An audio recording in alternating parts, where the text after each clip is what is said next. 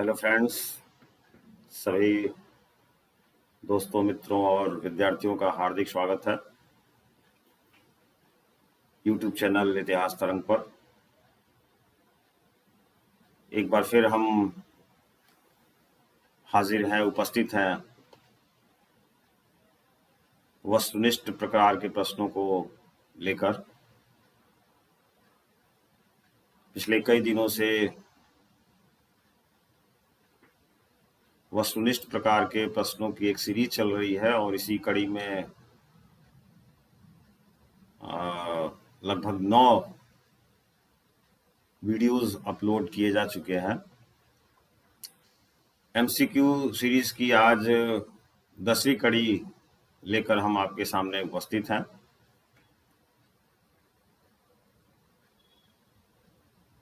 आप सबसे निवेदन है कि चैनल को अधिक से अधिक संख्या में सब्सक्राइब करें, दोस्तों के बीच शेयर करें ताकि अधिक से अधिक विद्यार्थियों को इसका लाभ मिल सके। इतिहास से जुड़े हुए बहुत सारे प्रश्न, इतिहास विषय में रुचि रखने वाले विद्यार्थियों के लिए स्पेशली यह चैनल है और बहुत सारे प्रश्न आपको इस MCQ सीरीज में रखे जा रहे हैं ताकि आगामी किसी प्रकार की प्रतियोगी परीक्षा की तैयारी में आपको सहूलियतें मिल सकें।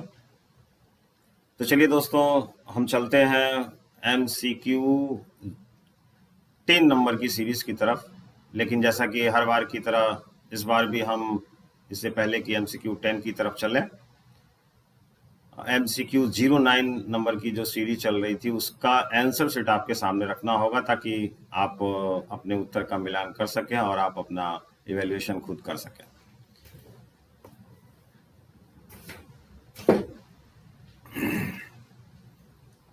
MCQ 09 सीरीज के जो प्रश्न थे उनके आंसर शीट हम आपके सामने स्क्रीन पर रख रहे हैं।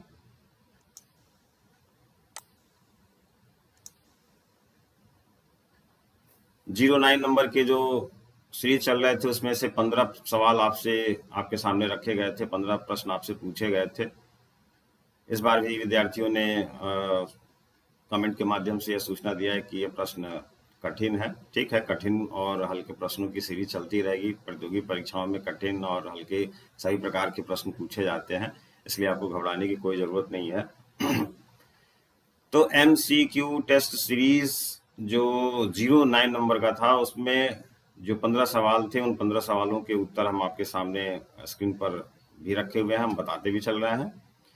जो पहला सवाल था जिसमें सुमेलित करना था, जिसमें एक तरफ कंपनी के नाम थे और एक तरफ पहली फैक्ट्री उनकी कहाँ स्थापित की गई थी, एक लिस्ट दी गई थी और उसके हिसाब से आपको सुमेलित करना था।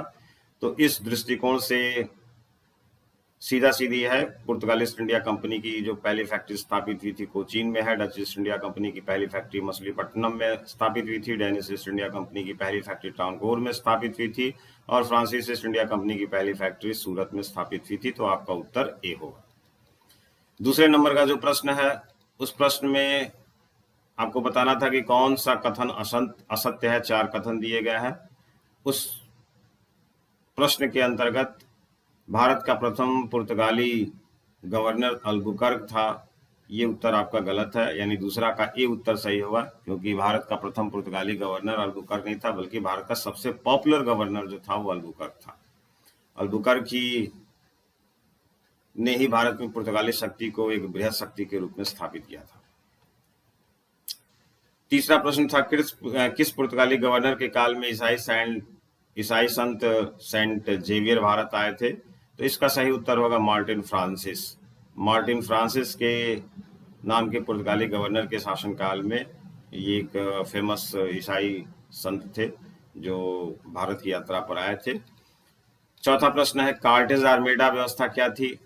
आपको भारत में पुर्तगालियों का जब आगमन पढ़ाया गया होगा और स्पेशली पुर्तगालियों का, तो उसके बारे में आपको बताया गया होगा कि कार्टेज और आर्मेडा व्यवस्था जो थी वो समुद्री व्यापार को नियंत्रित करने वाला एक तरह का सिस्टम था, एक कानून भी था जिस पर समुद्री जहाज़ों पर टैक्स लगाए जाते थे और व्यापार के लिए, समुद्री व्यापार के लिए फिर अनुमति भी दी जाती थी। यानी तीनों विकल्प सही हैं, यानी आपका चौथे प्रश्न का उत्तर जो होगा वो डी होगा।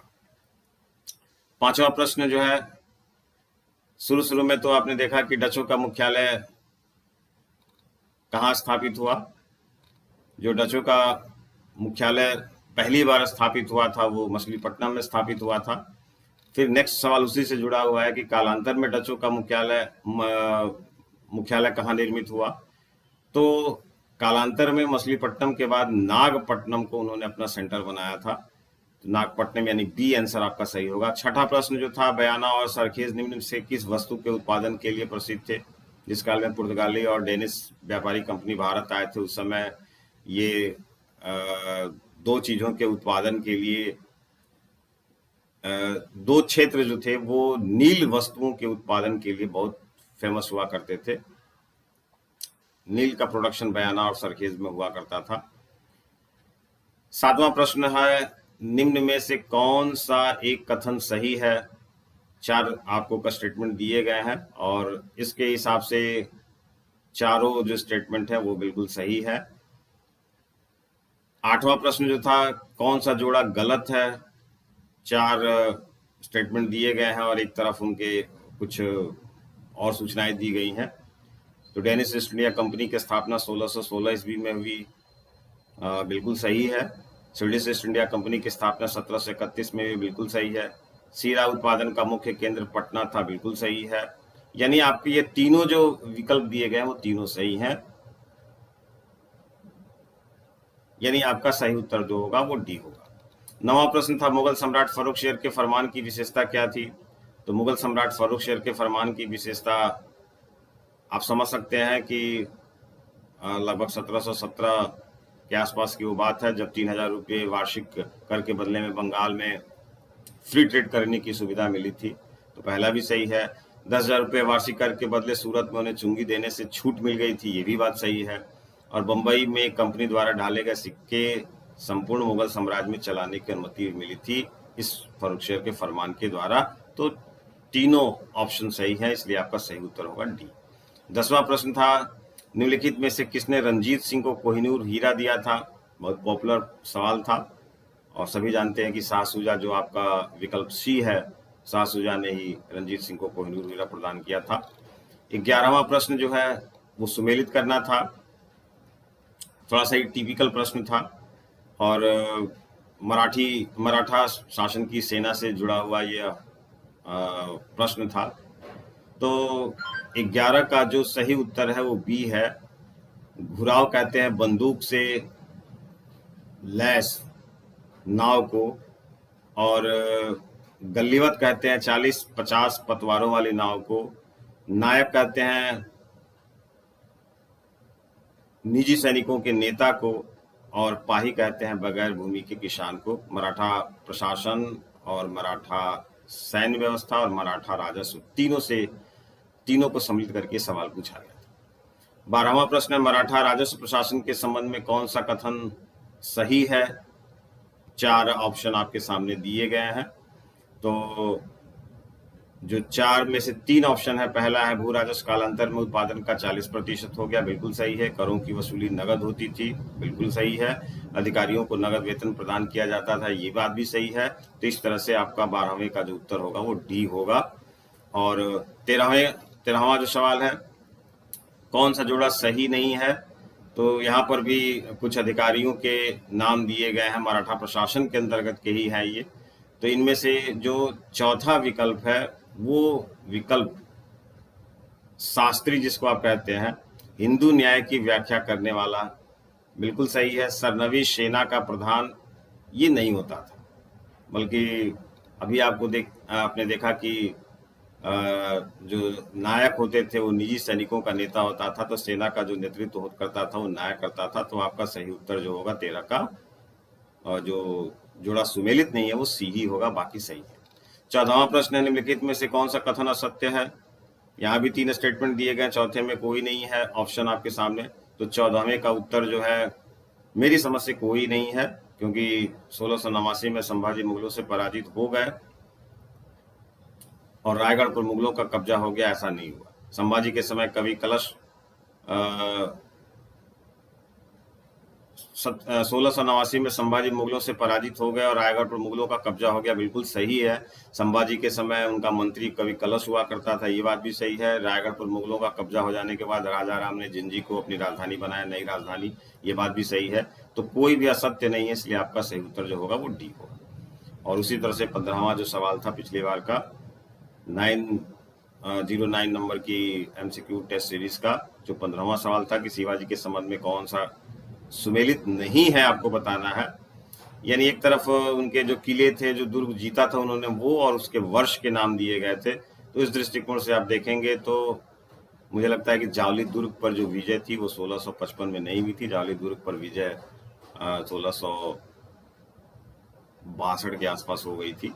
तो इसलिए आपका सही जो उत्तर होगा इसमें जो सुमेलित नहीं है वो डी है। तो इस तरह से 15 सवाल के आपके उत्तर आपके सामने स्क्रीन पर हैं और मुझे उम्मीद है कि आप लोग अपना इसके हिसाब से अपना मूल्यांकन करेंगे। चलते हैं एमसीक्यू 10 नंबर की सीरीज पर। आज भी आपको 15 सवाल दिए जाएंगे, लेकिन इस बार मैंने कोशिश किया है कि आप लोगों को थोड़ा सा आसान प्रश्न दिए जाए ताकि आप लोगों की रुचि बनी रहे।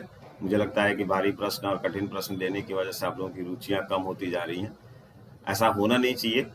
तो आप लोगों की भावनाओं को ध्यान में रखते हुए एमसीक्यू 10 नंबर की सीरीज में कुछ आसान से सवाल आपके सामने रखे गए हैं। मॉडर्न इंडियन हिस्ट्री से ही रिलेटेड है यह टॉपिक भी। पहला सवाल है, निम्नलिखित में से कौन बंगाल के नवाब मीर जाफर का दामाद था? बहुत इजी सवाल है, 4 विकल्प दिए गए हैं, आपको उत्तर का चयन करना है। सरफराज, मुर्शीद कुली खां, शाह आलम और मीर कासिम। दूसरा सवाल है आपके सामने स्क्रीन पर, निम्नलिखित में से कब तक बंगाल में द्वैत शासन कायम रहा?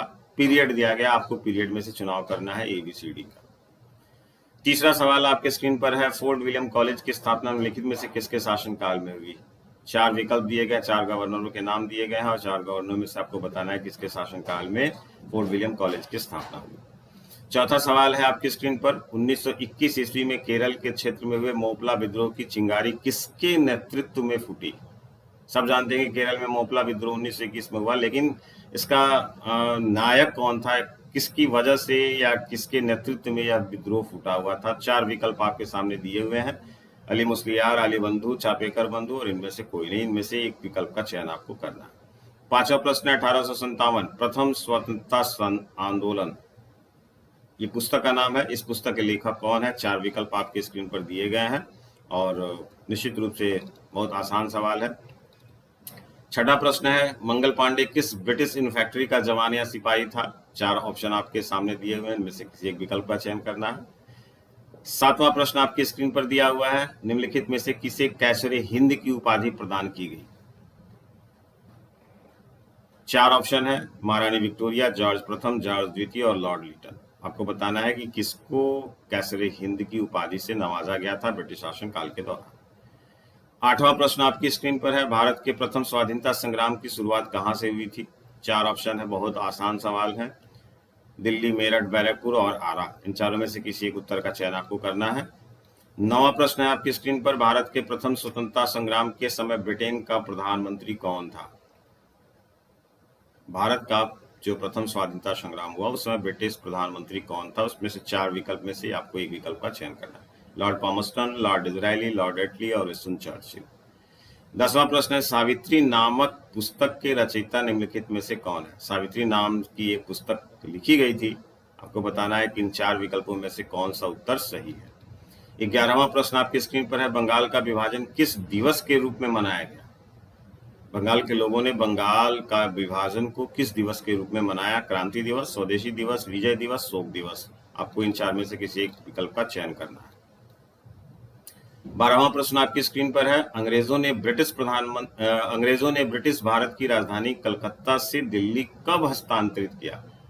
यानी अंग्रेजों के शासनकाल में ब्रिटिश भारत की राजधानी पहले कलकत्ता थी, उसको दिल्ली के रूप में स्थानांतरित कब किया गया? आपको वर्ष बताना है। 4 ऑप्शन आपके सामने विकल्प में दिए गए हैं, 1765, 1835, 1861, 1911।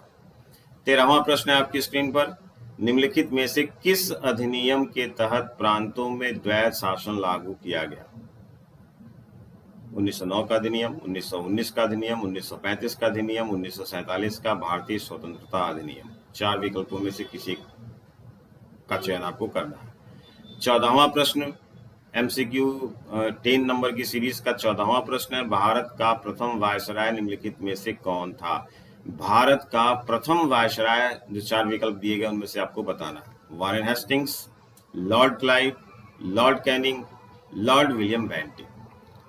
और इसी तरह से MCQ 010 नंबर की सीरीज का ये अंतिम सवाल आपके स्क्रीन पर दिख रहा है।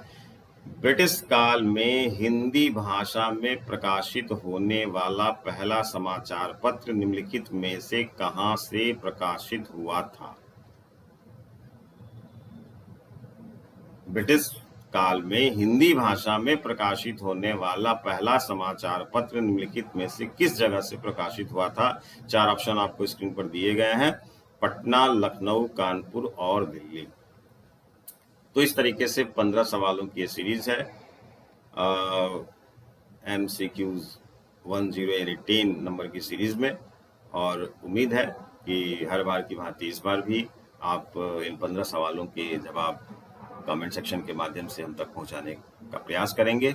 और जिस लगन के साथ, जिस उत्साह के साथ आप लोग इस सीरीज में भाग ले रहे हैं, मुझे बहुत बेहद खुशी है कि आप काफ़ी सपोर्ट कर रहे हैं, और आप लोगों का सपोर्ट यूं ही बना रहे। इन्हीं ढेर सारी शुभकामनाओं के साथ आज के लिए हमें विदा दीजिए, और तब तक के लिए सभी को बहुत बहुत धन्यवाद। Thank you.